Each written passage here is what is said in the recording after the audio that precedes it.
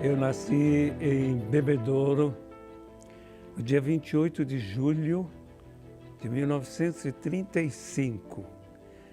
Nasci sozinho com a minha mãe. Não tinha parteira, nem médico, nem nada. Ela sentiu que eu ia nascer, eu nasci só eu e ela. E fui registrado depois em dezembro. Então existe uma confusão. A primeira confusão na minha vida é que eu nasci em julho e me deram mais 6 meses para registrar. Então eu sou de 8 de dezembro e não de julho. Essa é a primeira coisa. Foi assim que eu vi a luz do dia pela primeira vez.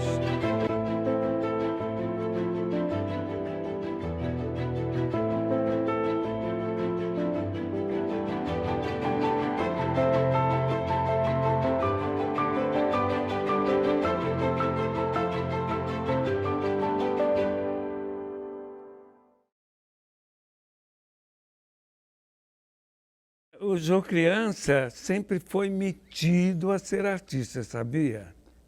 Desde criança eu fazia cirquinho na minha casa, cobrava palito de fósforo para assistir e tudo mais. E como meus pais, meu pai era músico, minha mãe tocava bandolim, meu pai cantava, ele foi maestro de banda antes de ser dentista.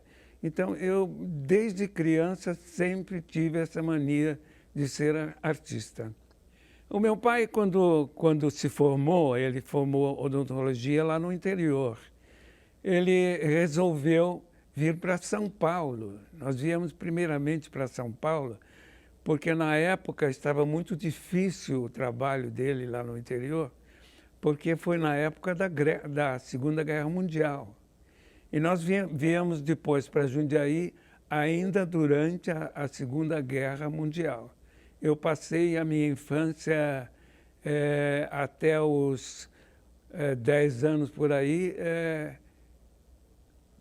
com o problema da Guerra Mundial, que foi aqui em Jundiaí. Eu vim para cá com 5 anos de idade.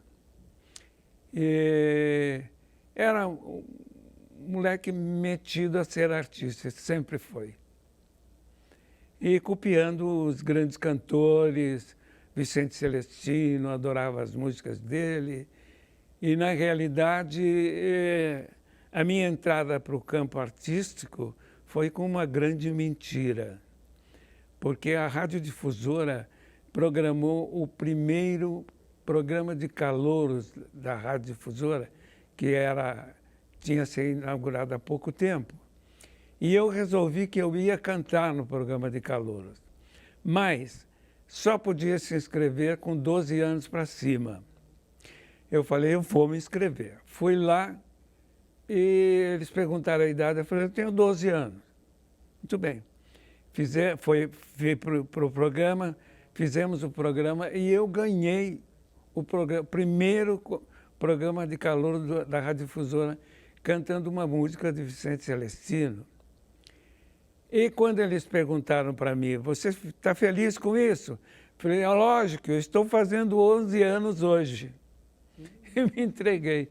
Então foi a primeira polêmica da minha carreira artística, porque eu passei a cantar no programa infantil da radiodifusora. Foi aí que eu comecei a minha vida artística. No Siqueira Moraes, que era a escola onde eu comecei a estudar, ali no Escadão, todo ano fazia uma festinha, tinha um palco e tudo mais, e eu sempre me apresentei cantando ou interpretando uma história qualquer que os professores montavam. Então, na realidade, eu não me afastei do setor artístico nunca. E quando eu fui para o ginásio, o Tarcísio Germano de Lemos, na inauguração da Festa da Uva em Jundiaí, ele montou um grupo para se apresentar lá na Concha Acústica. E eu fiz, então, Shakespeare. E dancei um flamenco, sapateando, com uma bailarina. E aí foi oferecido para mim uma bolsa no Conservatório Modelo de canto, piano e de balé. Então, aí foi uma polêmica muito grande em casa, porque meu pai sempre quis que eu fosse dentista, porque os meus irmãos todos se tornaram dentistas. Mas, no fim, ele deixou, porque eu já era meio autodidata, eu alugava um piano para estudar piano, antes do conservatório. E, de repente, essa oferta, para mim, caiu do céu. E foi lá que eu estudei balé clássico, estudei canto lírico, sou formado em canto lírico, música, harmonia, pedagogia, análise harmônica, tudo que é referente à música. E trabalhei lá até 1959. Fui secretário também da escola. E foi quando eu fui embora para São Paulo, porque eu desejava aprender mais. Prestei um teste na TV Tupi, passei como cantor, mas meu primo, que era o médico-chefe da TV da Tupi, barrou a minha entrada, porque ele não queria um parente artista. Aí fui para a TV Record e fui aprovado como bailarino. Mais tarde, assinando um novo contrato, fui contratado como ator, cantor e bailarino. E fui do elenco da TV e da Rádio Record. Fiz, inclusive, novela na rádio da Record. Entrando para a TV Record, eu tive que me mudar para São Paulo, porque a TV Record, eu entrei como bailarino e nós tínhamos que ensaiar a partir das 2h da tarde, todo dia. E como eu queria melhorar, que eu entrei no corpo de baile dançando lá no fundo, lá na última fila. Eu querendo melhorar, eu fazia aqui em Jundiaí 2 aulas por semana de balé e fazia um espetáculo por ano. Indo para a TV Record, eu passei a fazer 3 coreografias em cada programa, 3 programas por semana. Então, foram 9 coreografias que eu tinha que decorar. E, pretendendo ir para frente do grupo, eu passei a fazer 4 aulas por dia, em vez de 2 por semana. Então, eu tive que morar em São Paulo, porque não tinha condição de viajar todo dia para fazer a TV. E a TV Record, para mim, foi uma grande escola. Uma grande escola. Porque nessa época nós éramos da Rádio Record, TV Record e do Teatro Record. E no Teatro Record, nessa época, eram trazidos os grandes cantores, as grandes orquestras do mundo inteiro. Eram apresentadas no Teatro Record. Então, e nós fazíamos, que éramos elenco da TV Record, nós fazíamos a primeira parte de todos os espetáculos. Então, eu tive a felicidade de conhecer como se produzia espetáculos fora do país. Eu trabalhei com os grandes artistas mundiais, todos os italianos que vieram aqui, Pino di Capri, Ornella Balloni, todos eles que vieram. E os americanos eu fiz com as grandes orquestras. Trabalhei com Josephine Baker, com Marlene Dietrich, e Charles Aznavour, os franceses. Isso foi uma grande escola. E eu, na realidade, nunca me propus só apresentar diante, mas de saber o que era feito por trás da câmera. Então, eu era muito amigo de todos os maquinistas, de todo o pessoal que trabalhava na montagem dos cenários e tudo mais. E isso, para mim, foi um grande aprendizado que me ajuda até hoje no ensino aos alunos da minha escola. 71 fui para Brasília. Em Brasília fui montar uma boate do Brasília Palace Hotel. Fiquei lá 1 ano e meio. Voltei outra vez para São Paulo e continuei na vida noturna. E fazia televisão também, né? Mas nessa fase foi quando faleceu minha mãe.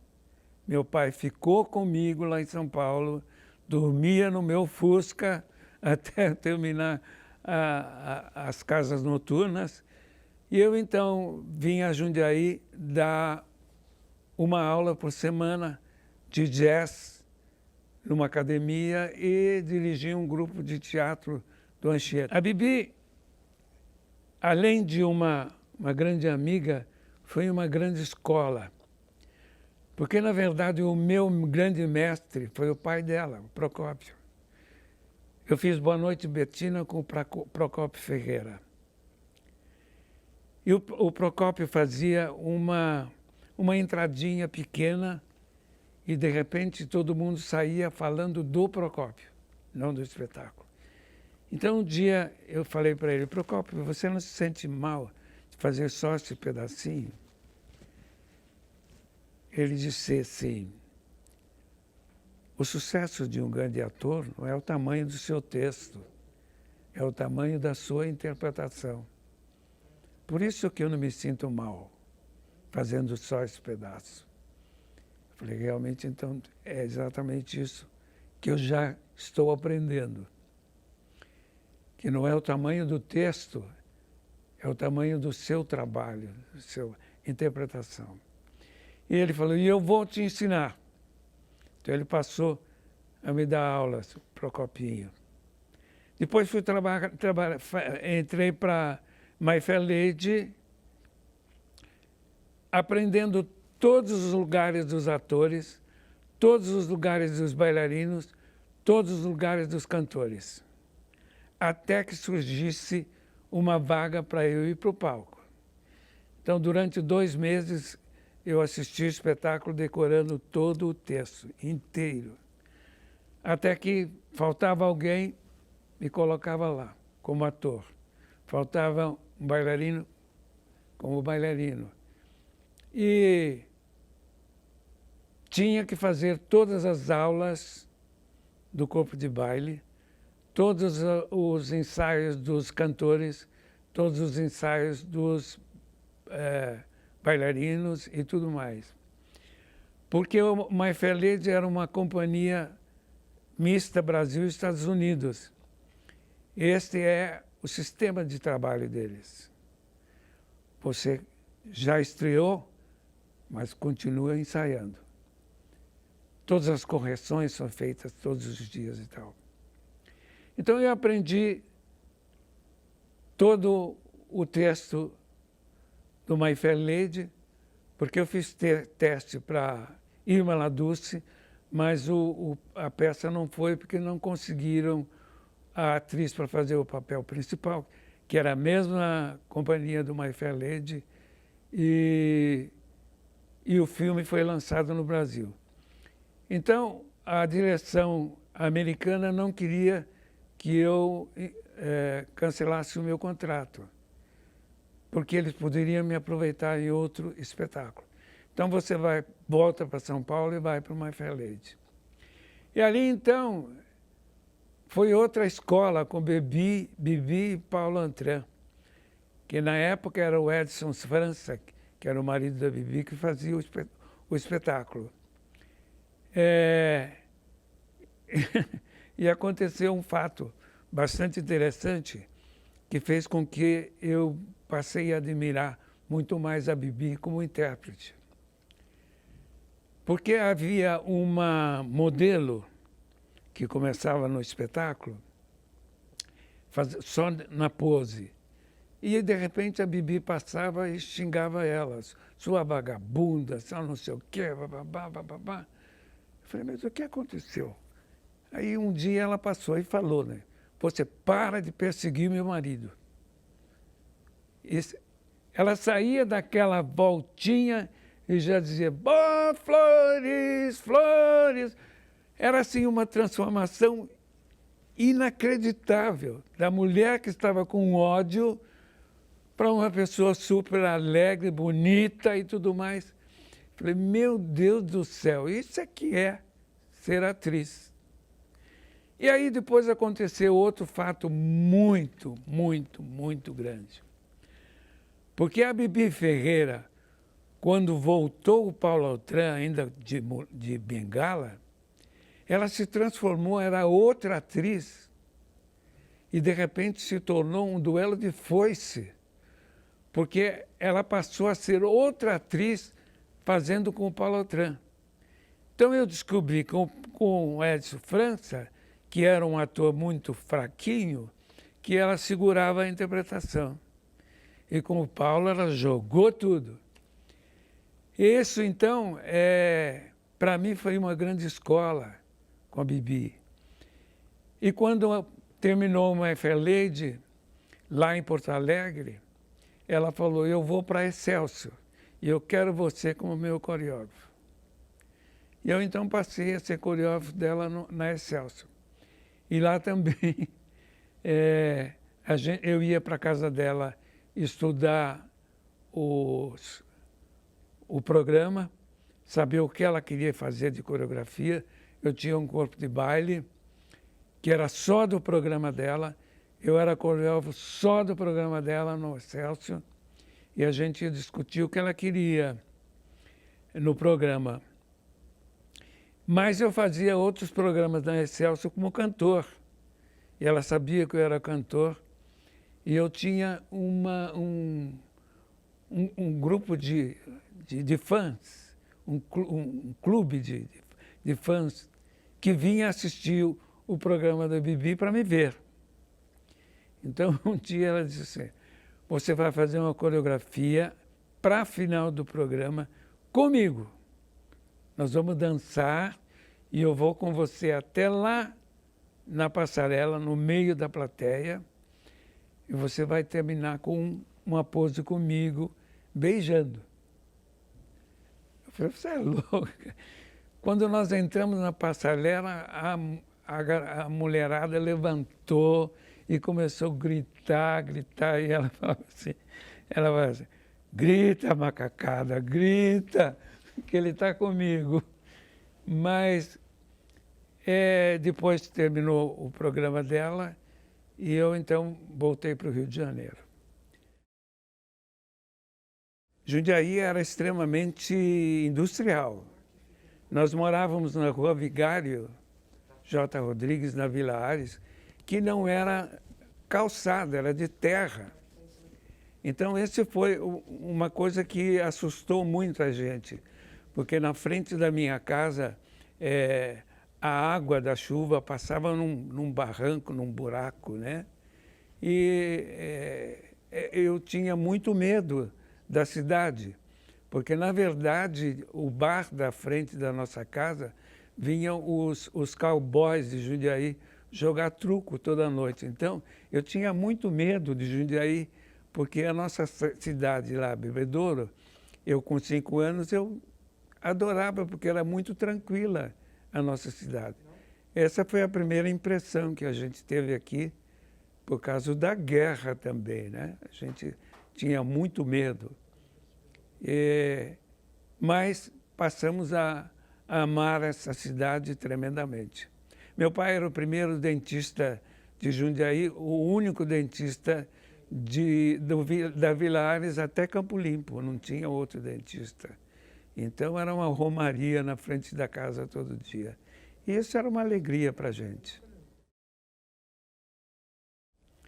E eles me pediram para abrir a academia. Conseguiram o espaço que eu queria, onde eu tinha 2 salas de aula e mais um teatrinho, que o Glória Rocha estava incendiado e o Politeama destruído. Numa semana eles conseguiram isso. Eu abri a academia e resolvi que era a hora de eu dar a oportunidade para os pretendentes à carreira artística de aprender alguma coisa que eu aprendi nesses 20 anos em São Paulo.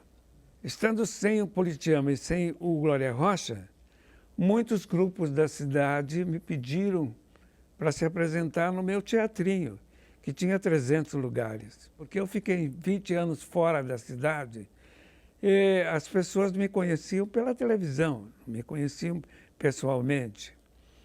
E eu fui travando amizade com o pessoal de teatro e dança da cidade.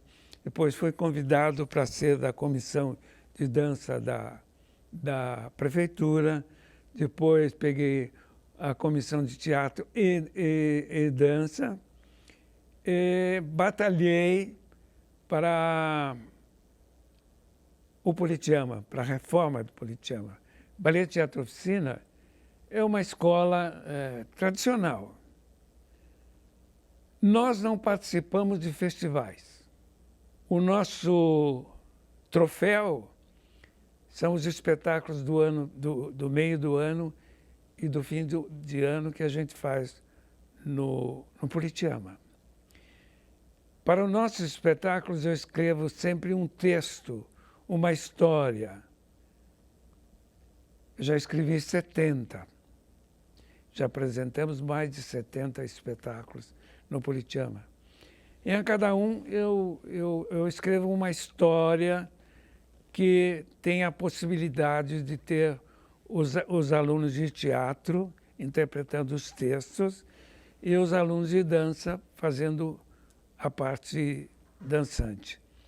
Porque a minha especialidade em São Paulo e Rio de Janeiro sempre foi musicais.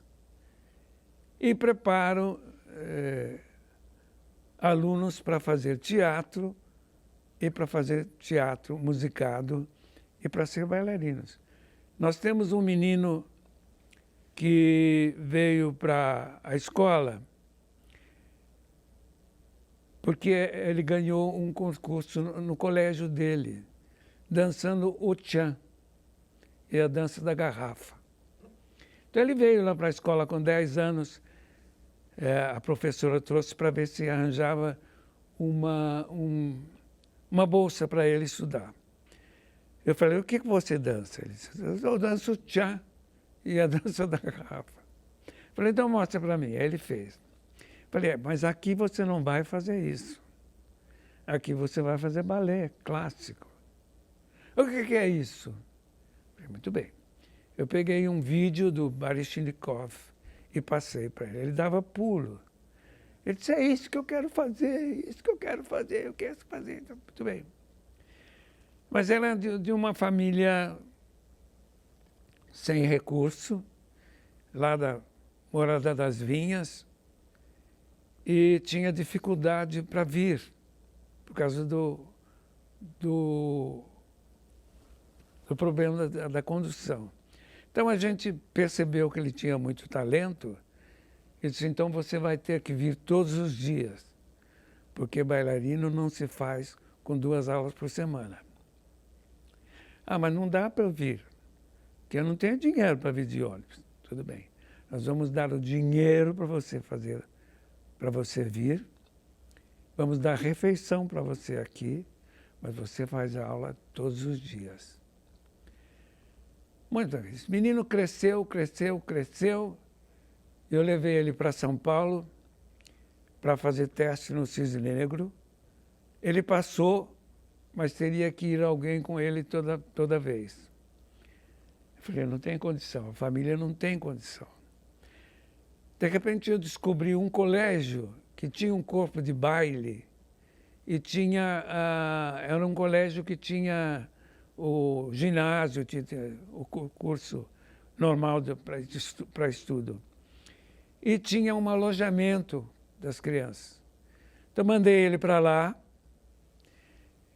abri uma conta bancária para ele se sustentar, e ele fazia aula lá e participou do corpo de baile de lá. Depois ele fez teste para o Cisne Negro. No Cisne Negro ele viajou o mundo inteiro como bailarino. Foi para a Europa, rodou a Europa, foi até para Israel e tal. Depois ele entrou para Débora Coca, viajou outra vez o mundo inteiro. Hoje ele está no corpo de baile do Teatro Municipal de São Paulo. Já tem o seu carrinho, comprou apartamento para a mãe, tudo mais e tal. Então, você não acha que isso é mais do que um troféu? Isso é muito melhor do que um troféu, que eu ponho lá, numa estante, e não diz nada. E, de repente, ele vem a todo o festival dançar no nosso espetáculo. É o nosso troféu. Temos atores trabalhando em São Paulo, nós temos uma atriz, uma aluna que estudou na nossa escola e está no elenco da TV Record. Então, essas coisas que é o troféu. E essa é a minha finalidade, porque eu tenho um pensamento que a Bibi também dizia sobre isso. Ninguém é eterno. Ninguém é eterno. Mas ele pode ser eterno se a sua obra for grande, porque ele jamais será esquecido. É o que eu tento fazer na minha vida. Eu queria e não queria, porque, na realidade, eu, nessa época, passei a dar aula em Campinas, Itatiba, Limeira, Americana. Então, eu era o viajante, o rei da estrada. E, conhecendo os teatros de Campinas, eu achava que Jundiaí deveria construir um teatro novo. Com o Campinas, o mais importante, tinha 500 lugares, tem 500 lugares. Eu achei que aqui seria o suficiente, que talvez essa verba desse para construir um teatro moderno, com menos lugares. Mas a batalha foi travada e eu passei a batalhar a favor do Politeama. Visitava o Politeama toda semana, durante a reforma. Discuti muito com a arquiteta que fez o projeto, porque ela queria fazer algumas coisas que não tinha condição. Inclusive, o palco do Politeama teria mais 45 centímetros de altura. Mais 45 centímetros. Eu discuti com o arquiteto e com o engenheiro, coloquei uma tábua no palco e uma poltrona para ele lá no meio do teatro, que não tinha poltronas. E perguntei, o que você está vendo? Ele falou, estou vendo você do joelho para cima. Eu falei, esse é o teatro que vocês querem construir em Jundiaí? Onde os artistas são visualizados do joelho para cima?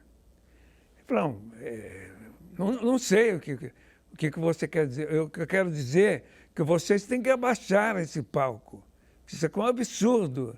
Não, é porque aí no palco vai ser colocado o fosso da orquestra. Eu falei, pior, porque o que vocês vão tirar do palco para colocar o fosso da orquestra? 4 metros. Eu falei, muito bem. O palco tem 13 metros. Vocês tiram 4. Com quantos eu vou ficar? Com 9.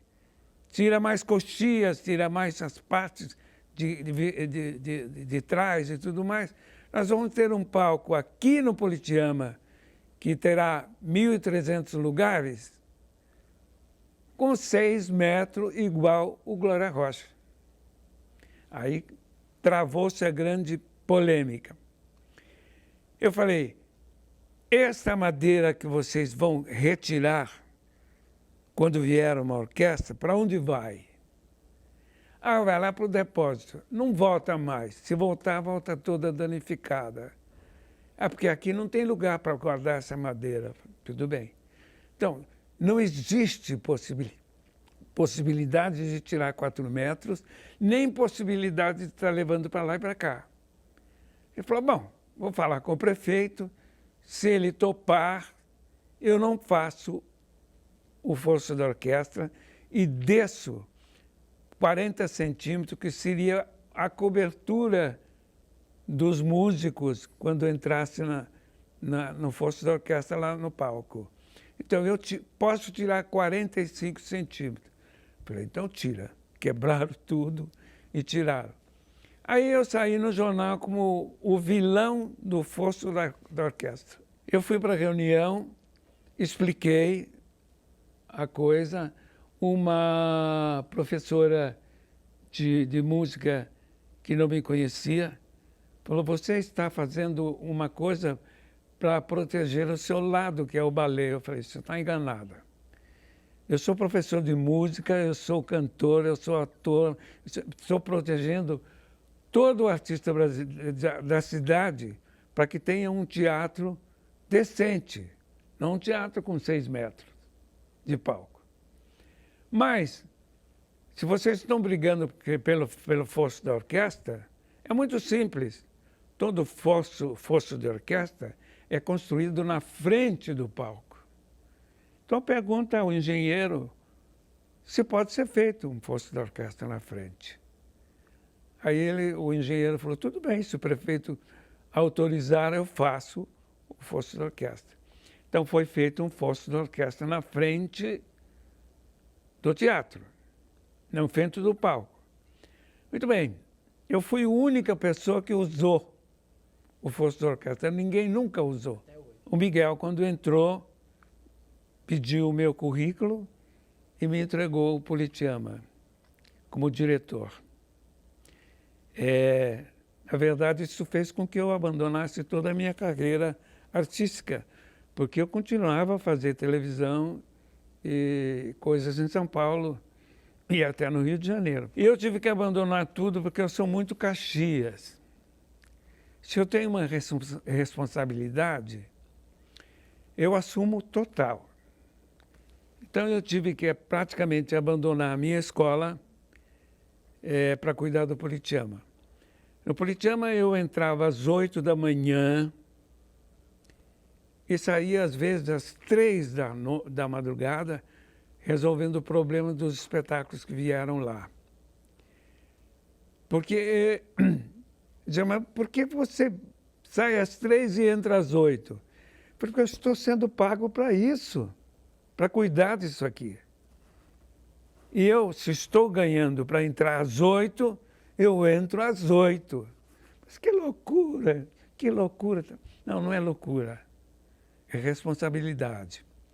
Nessa época, eu costumo dizer que a grande atração do teatro era o Politeama. Não era tanto os artistas que vieram, mas o Politeama. Porque essa cidade ficou mais de 30 anos sem teatro. E essa geração que veio não conhecia teatro, não sabe o que era o teatro.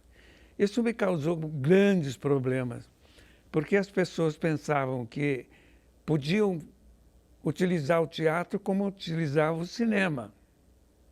Levando pipoca, levando Coca-Cola, botando o pé na cadeira da frente, botar o pé lá em cima, nas frisas e nos camarotes, em cima da coisa. E eu passei a ser um chato, porque eu dava em cima, realmente. Uma vez uma senhora ia entrar com a Coca-Cola e um pacote de pipoca. Eu disse, a senhora não vai poder entrar, a senhora me desculpa, a senhora consome aqui no saguão, porque lá dentro não pode entrar. Por que não pode entrar? Não pode, porque as nossas poltronas são de tecido, tudo é muito chique. Mas no cinema eu entro com tudo. É diferente, senhora.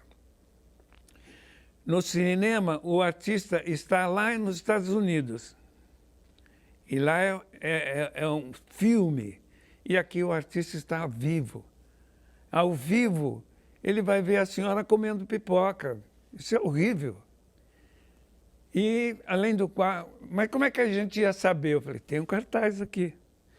Não pode entrar com pipoca, com bebida, nem nada. Eu não leio cartazes. Um dia a senhora vai cair no buraco. Está escrito, cuidado buraco. A senhora não lê, vai cair no buraco. Então, isso foi uma coisa que eu tive que batalhar muito para que o público entendesse o que era um teatro, para preservar esse teatro. Eu fiquei no Politeama 2 anos, saí 2, voltei mais 2, voltei mais 2, fiquei 8 anos dirigindo o Politeama. E a grande facilidade para mim, no Politeama, é que eu já havia vivido 20 anos no setor artístico São Paulo, Rio de Janeiro e no Brasil inteiro. Então eu tinha um relacionamento muito grande com produtores e com artistas. E o grande elogio que todo artista vinha, única cidade que tem um artista como diretor. Isso é muito importante para a gente. Muito bem. Então, nessa época, a gente chegou a apresentar no Politeama 400 espetáculos por ano, com casas lotadas, 1.300 lugares. Então, eu atribuo que o grande sucesso era o Politeama e o fato de vir para Politeama todos os grandes artistas do Brasil.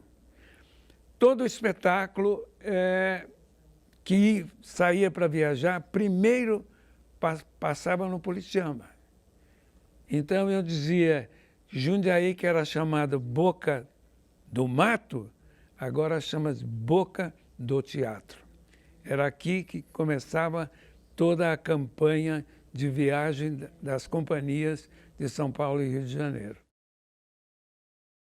Eu sempre fiz questão de que os políticos enxergassem de uma forma mais humana o desejo de repente, alguém querer ser artista na sua cidade. Ter mais apoio, ter condições. Eu criei aqui em Jundiaí, quando era da Comissão de Teatro e Dança, no teatro eu criei o Festival dos Novos, Festival do Teatro e o Encenarte, Encontro Cênico de Artistas de Teatro. Isso foi criado, eu criei na Secretaria de Cultura. E para a dança eu criei o Enredança, que se tornou o segundo grande festival de dança do país, porque aqui no Enredança vinha gente do Paraná, de Minas Gerais, do Rio de Janeiro, só não via de Macapá. Mas veio gente até da Bahia participar do Enredança. E o Enredança passou a ter, numa administração, a mesma premiação de Joinville, que Joinville é atualmente o maior festival de dança do país. E eu ia todo ano para Joinville levar cartazes do Enredança e fichas de inscrição para os grupos que iam lá. Por quê? A primeira vez eu fui falar com a comissão organizadora do festival e eles me disseram, é o Enredança de Jundiaí? Eu falei, exato, então pode. Se fosse outro, não. Mas o Enredança de Jundiaí pode. Por quê? O Enredança já constava do livro de eventos do Ministério de Cultura como um evento importante do país.